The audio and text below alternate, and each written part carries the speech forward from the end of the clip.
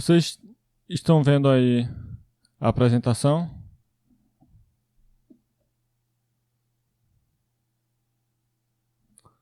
Certo.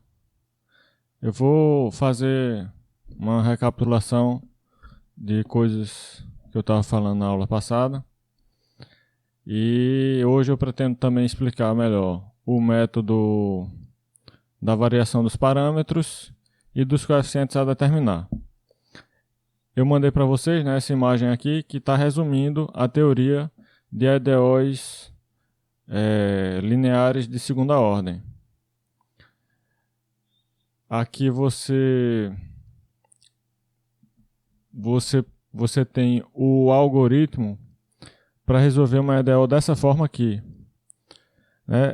Eu detalhei assim, na medida do possível, de acordo com o espaço disponível aqui. Deu para colocar inclusive a fórmula do método da variação dos parâmetros, mas o método dos coeficientes a determinar, por exemplo, eu não coloquei aqui como é que funciona, porque não cabe. Não tem como resumir. Aí isso eu vou explicar no slide lá da aula, sei lá, eu acho que é 21, se eu não me engano. Bom, então vamos relembrar aqui. O que é que eu faço para resolver uma EDO desse tipo, né? Essa chamada EDO linear de segunda ordem. A teoria de EDOs lineares de ordem mais alta é bem parecida, só que eu vou me limitar aqui à ordem 2 para ser mais simples e devido ao tempo também, que a gente não tem muito tempo para entrar em detalhes sobre outras ordens. Então, vamos lá. A primeira coisa que você vai saber, procurar saber sobre uma EDO desse tipo é: os coeficientes são constantes. O que é que eu chamo de coeficientes aqui? Coeficientes são esses A de t, B de t e C de t. Tá?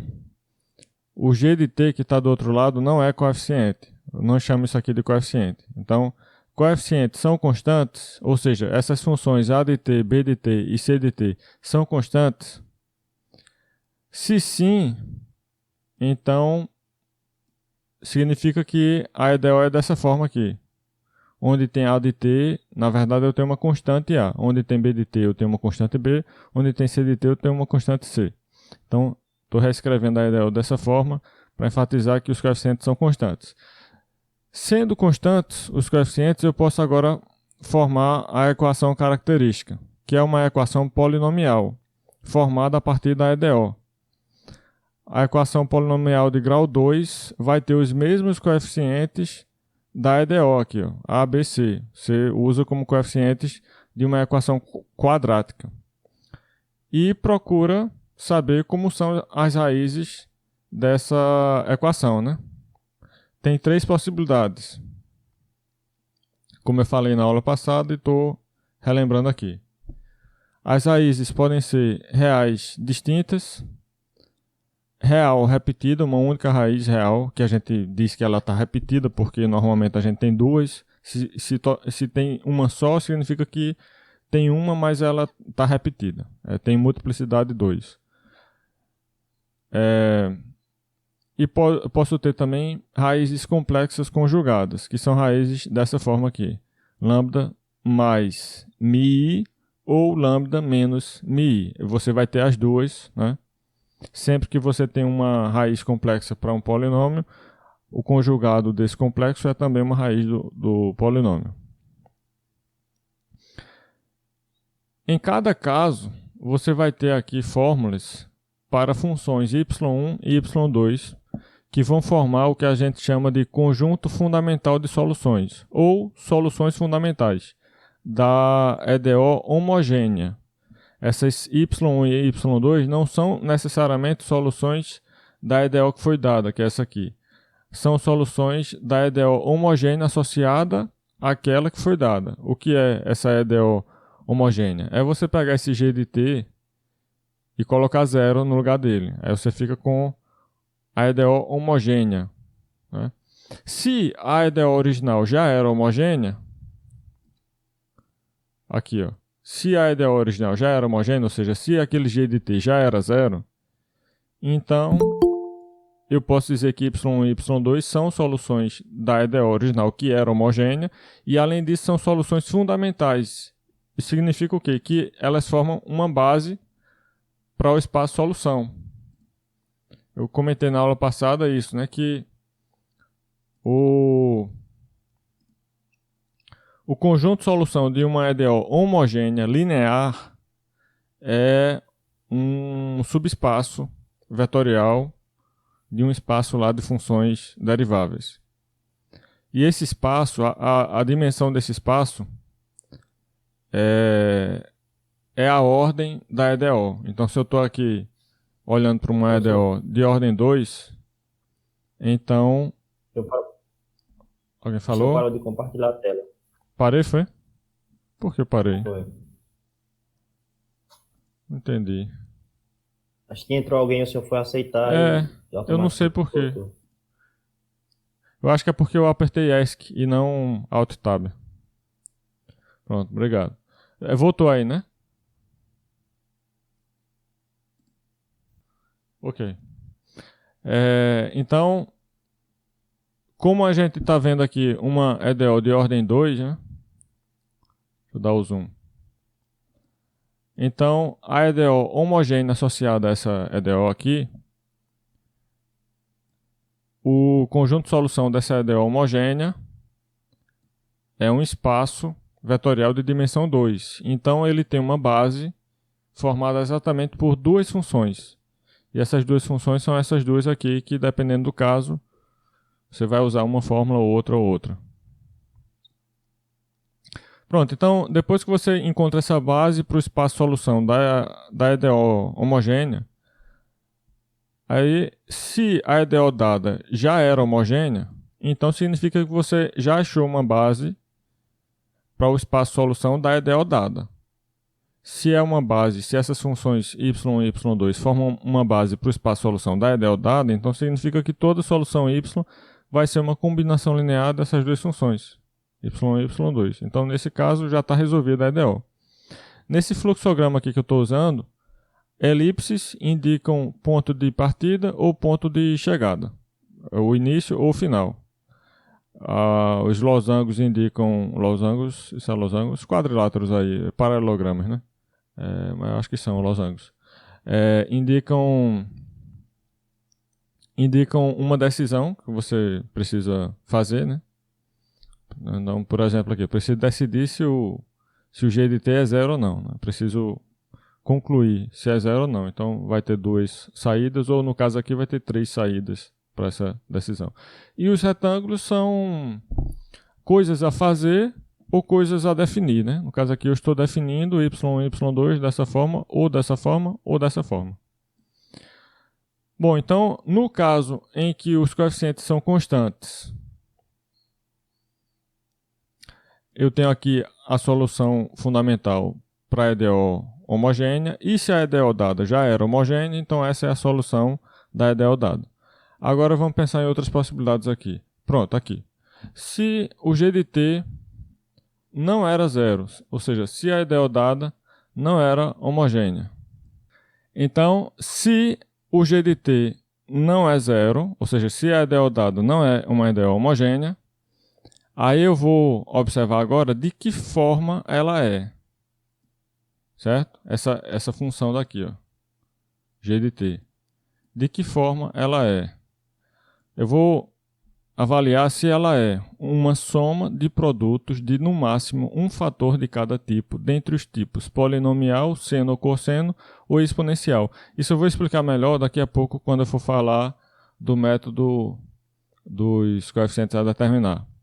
Mas é basicamente o seguinte. Se g for, por exemplo, seno vezes exponencial de 2t. Eu tenho o que aí? Eu tenho uma função seno, que é desse tipo aqui, é do tipo seno ou cosseno. Eu não tenho dois tipos separados, um para o seno e um para o cosseno, não. Seno ou cosseno é um tipo só. Então, se eu tenho, já esqueci o que é que eu disse, seno, não sei? Seno de t vezes exponencial de 2t. Então, se eu tenho um seno, então eu tenho uma função do tipo seno ou cosseno. E essa função está multiplicada por outra que é do tipo exponencial, que é a exponencial de 2t. Polinomial não aparece, aparentemente, mas tudo bem. Produtos de no máximo um fator de cada tipo, dentre os tipos polinomial, seno, cosseno ou exponencial. Então, se não tiver polinomial lá, ou você pode enxergar, né, uma polinomial constante em 1, por exemplo, multiplicando. Ou não tem problema, porque aqui também eu não estou exigindo que tenha uma de cada tipo. Deve ter no máximo um fator de cada tipo. Então, seno ou exponencial de 2t é uma função dessa forma. Outro exemplo é t ao quadrado mais 1 entre parênteses vezes cosseno de t vezes exponencial de menos t. Repetindo, t ao quadrado mais 1 entre parênteses vezes cosseno de t vezes exponencial de menos t. Aqui eu tenho exatamente um fator de cada tipo. O primeiro é polinomial, t ao quadrado mais 1. O segundo é cosseno, então está no tipo seno ou cosseno. E o terceiro é exponencial de menos t, ou seja, exponencial. Né? Um fator de cada tipo. Então, aqui eu só estou exigindo que tenha no máximo um fator de cada tipo. Dentre esses tipos aí, polinomial, seno ou cosseno e exponencial. Como seno ou cosseno é um tipo só, eu não quero que tenha seno multiplicando cosseno lá. Aí não pode, porque seria, como é um tipo só, né? Então eu estou tendo duas funções aí do mesmo tipo, que é o tipo seno ou cosseno, uma multiplicando a outra. Então eu não quero isso se eu quiser usar o método dos coeficientes a determinar. Certo? Então se eu quiser responder sim aqui, eu tenho que observar essa condição, que diz que precisa ter no máximo um fator de cada tipo dentre esses três tipos que eu estou explicando aí.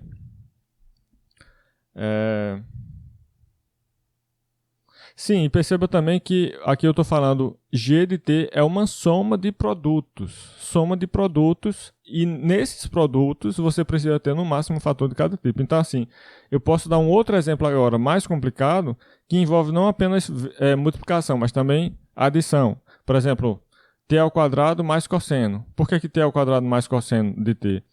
É uma função que satisfaz essa condição aqui, porque ela é uma soma de duas, né?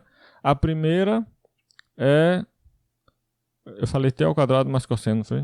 Já esqueci. Vamos colocar t ao quadrado mais cosseno. Então, a primeira, t ao quadrado, é uma polinomial. E a outra, a segunda, é uma do tipo seno ou cosseno. Então, cada uma dessas que eu estou somando pode ser vista, assim, como um produto de, no máximo, um fator de cada tipo. Então, eu tenho uma soma de duas parcelas, cada parcela sendo um produto de, no máximo, um de cada tipo. Certo? Além de multiplicação, você pode ter adição. Agora, nessas parcelas, aí é que você vai observar se lá tem, no máximo, um fator de cada tipo. Pronto. Então, se essa condição for satisfeita, você vem para cá. Sim. Aí você vai pensar se quer usar o método dos coeficientes a determinar. Por que pensar? Porque às vezes, eu vejo nas provas que eu corrijo, tem gente que não lembra direito como é que funciona esse método, mas lembra dessa fórmula aqui, ó, que já é outro método. E essa fórmula é mais geral, ela serve para tudo assim, para uma classe maior, pelo menos, de EDOs, do que o método dos coeficientes a determinar. Só que o método dos coeficientes a determinar costuma ter vantagens sobre aquela outra fórmula quando a EDO é simples, quando essa função g de t é simples. É melhor ir por esse método dos coeficientes a determinar. Agora, se você não estudou, se você não lembra, se você não está disposto a, por exemplo, montar um sistema linear e resolver, não gosta de fazer esse tipo de conta, o método da variação dos parâmetros é mais geral e vai servir também para situações que poderiam ser resolvidas pelo método dos coeficientes a determinar. Então, quando você perceber que pode usar o método dos coeficientes a determinar, ou você usa esse método, ou ainda você tem a opção de ir para o outro. Se você decidir esse método dos coeficientes a determinar, então pronto, ele vai lhe dar uma função y grande de t, que vai ser uma solução particular da EDO dada, que é aquela não homogênea aqui, ó. Com essa solução particular daquela EDO, se eu tenho também as soluções da EDO homogênea, soluções fundamentais da EDO homogênea aqui. Então eu já posso dar a solução geral da EDO, que vai ser a soma de uma solução particular com a solução geral da homogênea. Certo? Então está resolvido nesse caso. Agora vamos pensar o que é que acontece se ou a função g de t não for dessa forma aqui, ou mesmo sendo, eu não quero usar o método dos coeficientes a determinar. Então eu vou para onde? Eu vou dividir a EDO dada pelo coeficiente líder, por esse A de t aqui. Ó. Ele a gente supõe que é diferente de zero, pelo menos para um intervalo de valores de t, esse AT é diferente de zero. O intervalo não degenerado, pelo menos. Então você pode dividir por ele e tentar resolver a EDO no conjunto de valores de t, onde esse A de t é diferente de zero. Possivelmente, se o A de t se anular em alguns pontos, você vai ter que tirar esses pontos do domínio onde você quer resolver a EDO. Mas isso em geral não causa problema, porque às vezes, na maioria das vezes, são poucos pontos que anulam o coeficiente A de t. Aí pronto, eu divido por A de t, fico com essa EDOzinha aqui, que é ainda uma EDO de segunda ordem linear. Esse P de t, né, é o que? É o B de t dividido por A de t. Q de t é C de t dividido por A de t. E o Gzinho de t é o Gzão de t, que eu tinha escrito antes, dividido por A de t. Na aula de ontem, eu troquei. O que era Gzão, eu escrevi como Gzinho. Mas agora eu estou escrevendo dessa outra forma. Então, cuidado não misturar as coisas. Na aula de terça-feira, né? Eu escrevi trocado. Pronto, então depois que eu divido, eu posso aplicar o método da variação dos parâmetros, que é basicamente aplicar essa fórmula aqui. Ó. Essa fórmula vai me dar uma solução particular para a EDO não homogênea. Perceba que eu já tenho y1 e y2, né? A gente achou aqui, ó, y1 e y2. Então, eu também já tenho esse Gzinho. Veja que o Gzinho é esse aqui depois de dividir por A de t. Por isso que eu divido logo, para ficar nessa forma antes de chegar aqui. Então, eu vou colocar esse Gzinho aqui. Esse denominador W de y1 e y2 de t é o Wronskiano de y1 e y2. A gente falou na aula passada, vai relembrar na aula de hoje também, mas basicamente você monta uma matriz 2x2, né? E na primeira linha você escreve y1 de t e y2 de t, nessa ordem, na primeira linha da esquerda para a direita. E na segunda linha você escreve y1 linha de t e y2 linha de t.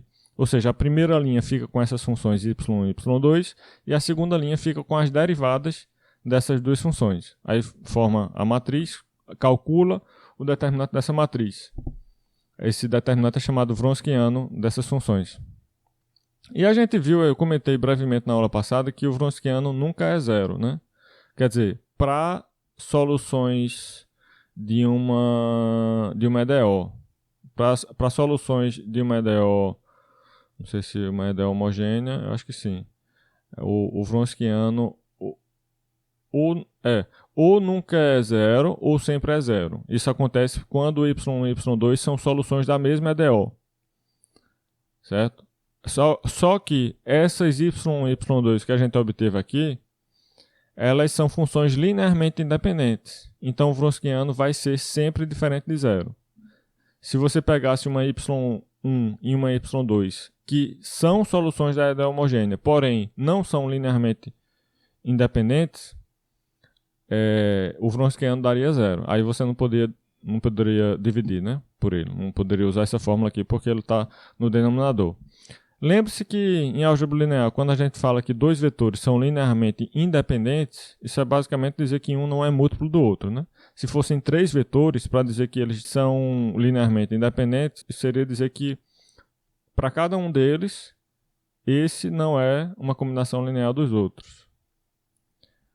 Bom, então eu sei calcular essa fórmula.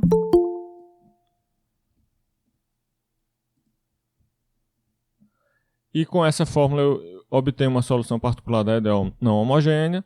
Somando essa solução particular da EDO não homogênea com a solução da homogênea, e essa solução aqui, essas duas parcelas aqui já exprimem a solução geral da homogênea, né? Então todas as soluções da equação homogênea são dessa forma. Cadê o mouse? Sumiu o mouse. São dessa forma aqui. Você soma essa forma com y grande de t. Pronto, resolvido. Resolvido nesses casos daqui, né? Daqui para baixo, eu sei resolver. Já passei por toda essa parte aqui do fluxograma. Só falta a gente ver o que é que acontece, por exemplo, se os coeficientes não forem constantes. Não forem os três constantes. A de t, b de t e c de t. Eu faço o quê? Opa, saiu da apresentação. Ainda está aparecendo aí, né?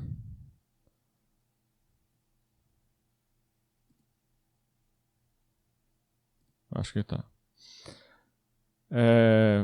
Então, o que é que eu faço se algum desses coeficientes aqui, A de t, B de t e C de t, não forem coeficientes constantes? Eu vou me perguntar, eu conheço soluções fundamentais y1 e y2 para a EDO homogênea associada? Isso às vezes é dado no enunciado da questão. É dado lá uma EDO com coeficientes não constantes, mas para ajudar você, o enunciado dá quem é y1 e y2. Porque perceba que a gente só achou y1 e y2 no caso em que os coeficientes são constantes, né? E aí a gente pode formar a equação característica, pode resolver e tal. Agora, se os coeficientes não forem os três constantes, aí você vai ver. Eu conheço soluções fundamentais y1 e y2 para a EDO homogênea associada. Se sim, então tranquilo, você pode voltar aqui, dividir a EDO pelo coeficiente A de t e aplicar o método da variação dos parâmetros da mesma forma, porque a única coisa que você precisa aqui é isso, é o y1 e y2 para calcular essa fórmula aqui, e claro, o gzinho de t, que também não tem dificuldade nenhuma em saber quem é ele.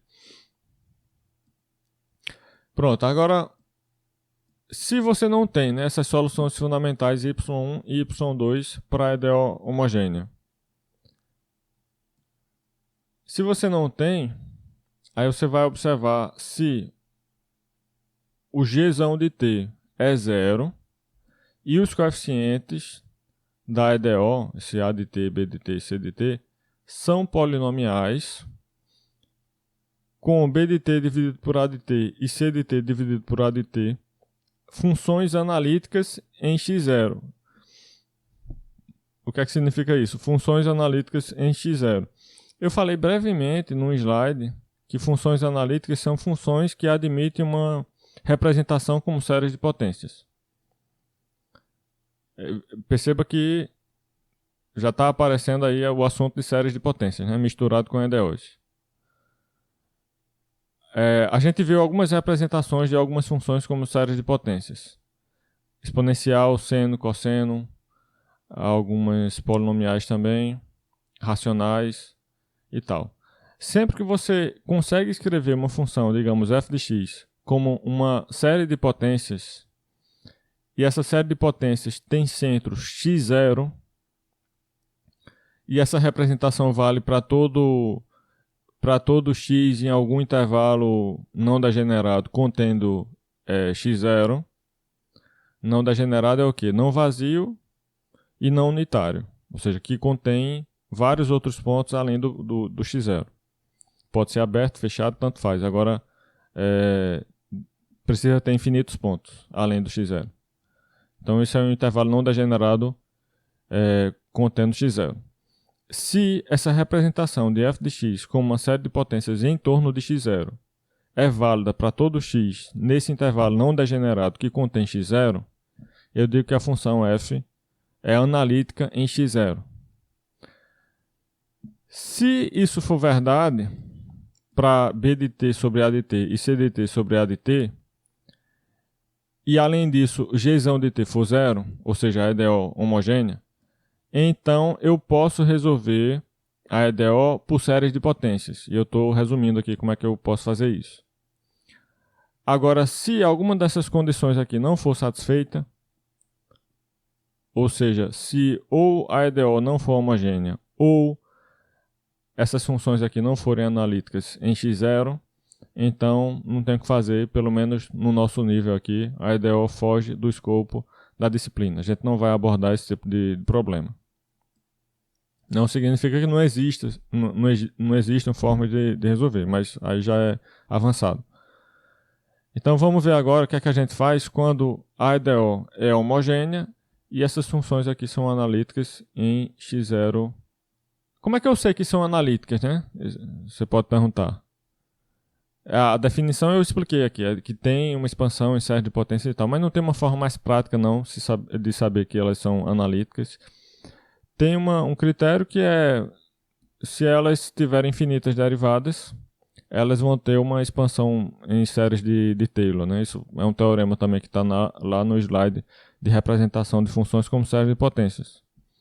Então, se uma função tem infinitas derivadas, ou seja, você pode derivar uma vez, duas vezes, três vezes, quantas vezes você quiser, sempre vai existir a derivada.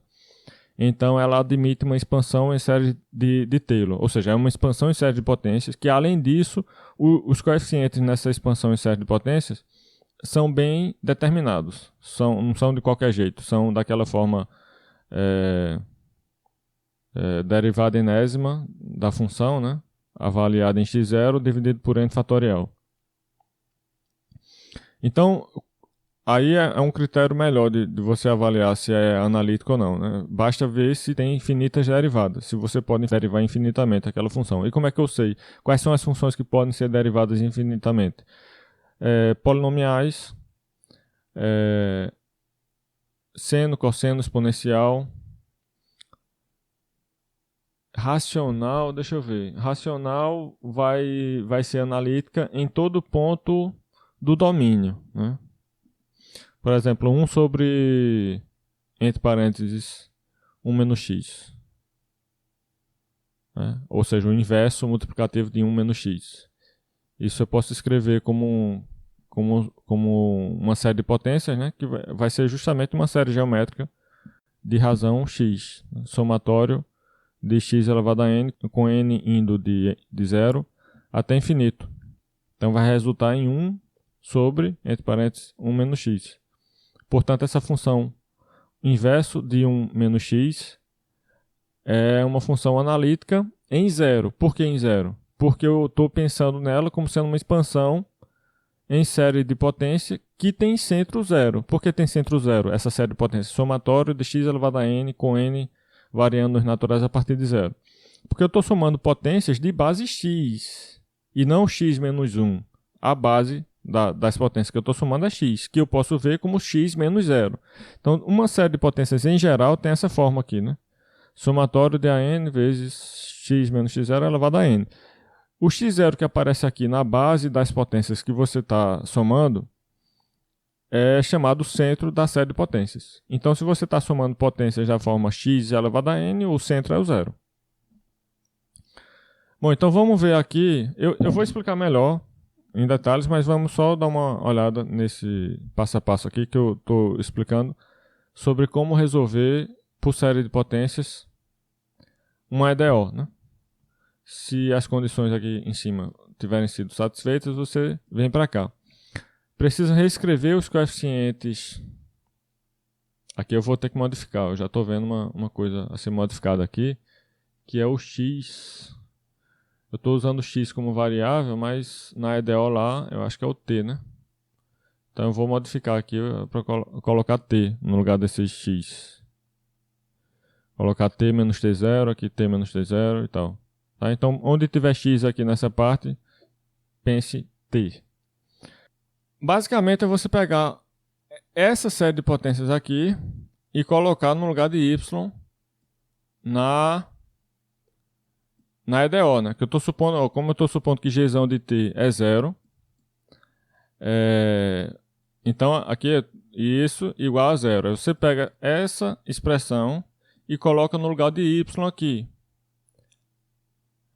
Uma série de potência no lugar de y. Significa que você vai ter que derivar essa série, né?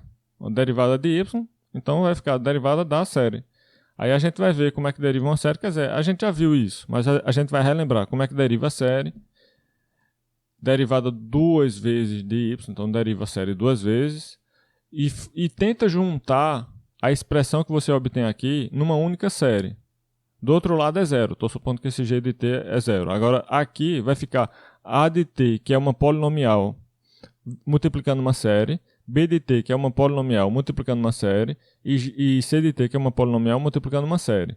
Essas séries que vão aparecer aqui são todas séries que estão centradas em eu vou falar T0, porque, como eu disse, eu vou modificar isso aqui para colocar T no lugar de X.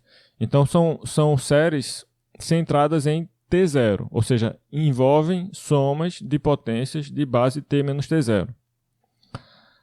Para não complicar as contas, aí eu estou pedindo aqui que no primeiro passo você reescreva os coeficientes, que são essas funções A de t, B de t e C de t, como polinômios agora em termos de potências de base T menos T0. Porque as potências que aparecem nas séries aqui já têm base T menos T0. Então, se tiver, por exemplo, um t ao quadrado aqui no lugar desse A de t, e a série que ele está multiplicando é uma série que envolve potências de base T menos T0, eu preciso reescrever esse t ao quadrado em função de t menos T0. O que é que eu posso fazer para isso? Escreva t menos T0 ao quadrado mais 2t0 menos 1. Pronto, resolvi. É esse tipo de coisa que a gente vai fazer aqui nesse primeiro passo, para facilitar as contas quando você for multiplicar os polinômios que estão aqui, A de t, B de t e C de t, pelas séries que vão aparecer multiplicadas por eles. Eu vou tentar juntar agora a expressão aqui no primeiro membro para uma série só, uma única série. Dessa forma, vai ficar uma única série igual a zero. Aí, para fazer isso, a gente tem que manipular somatórios e tal de uma forma parecida com a que eu estava explicando na aula de representação de funções como séries de potências. Tem que juntar, né? Se eu tenho uma soma de duas séries, como é que eu junto? Você tem que padronizar os índices iniciais e também os expoentes das potências de base T menos T0, no caso. Depois que faz isso, você pode juntar. Eu vou relembrar isso. Aí, bom, depois que eu chegar aqui nessa forma aqui, aí isso está me dizendo que os coeficientes dessa série são todos nulos, porque aqui eu tenho uma série resultando em zero. Aqui eu tô dizendo que isso é verdade para todo t em algum intervalo não degenerado, que é um conjunto infinito. E a única possibilidade para isso é de todos os coeficientes aqui serem zero. Então, eu vou chegar nessa equação que eu chamo de relação de recorrência.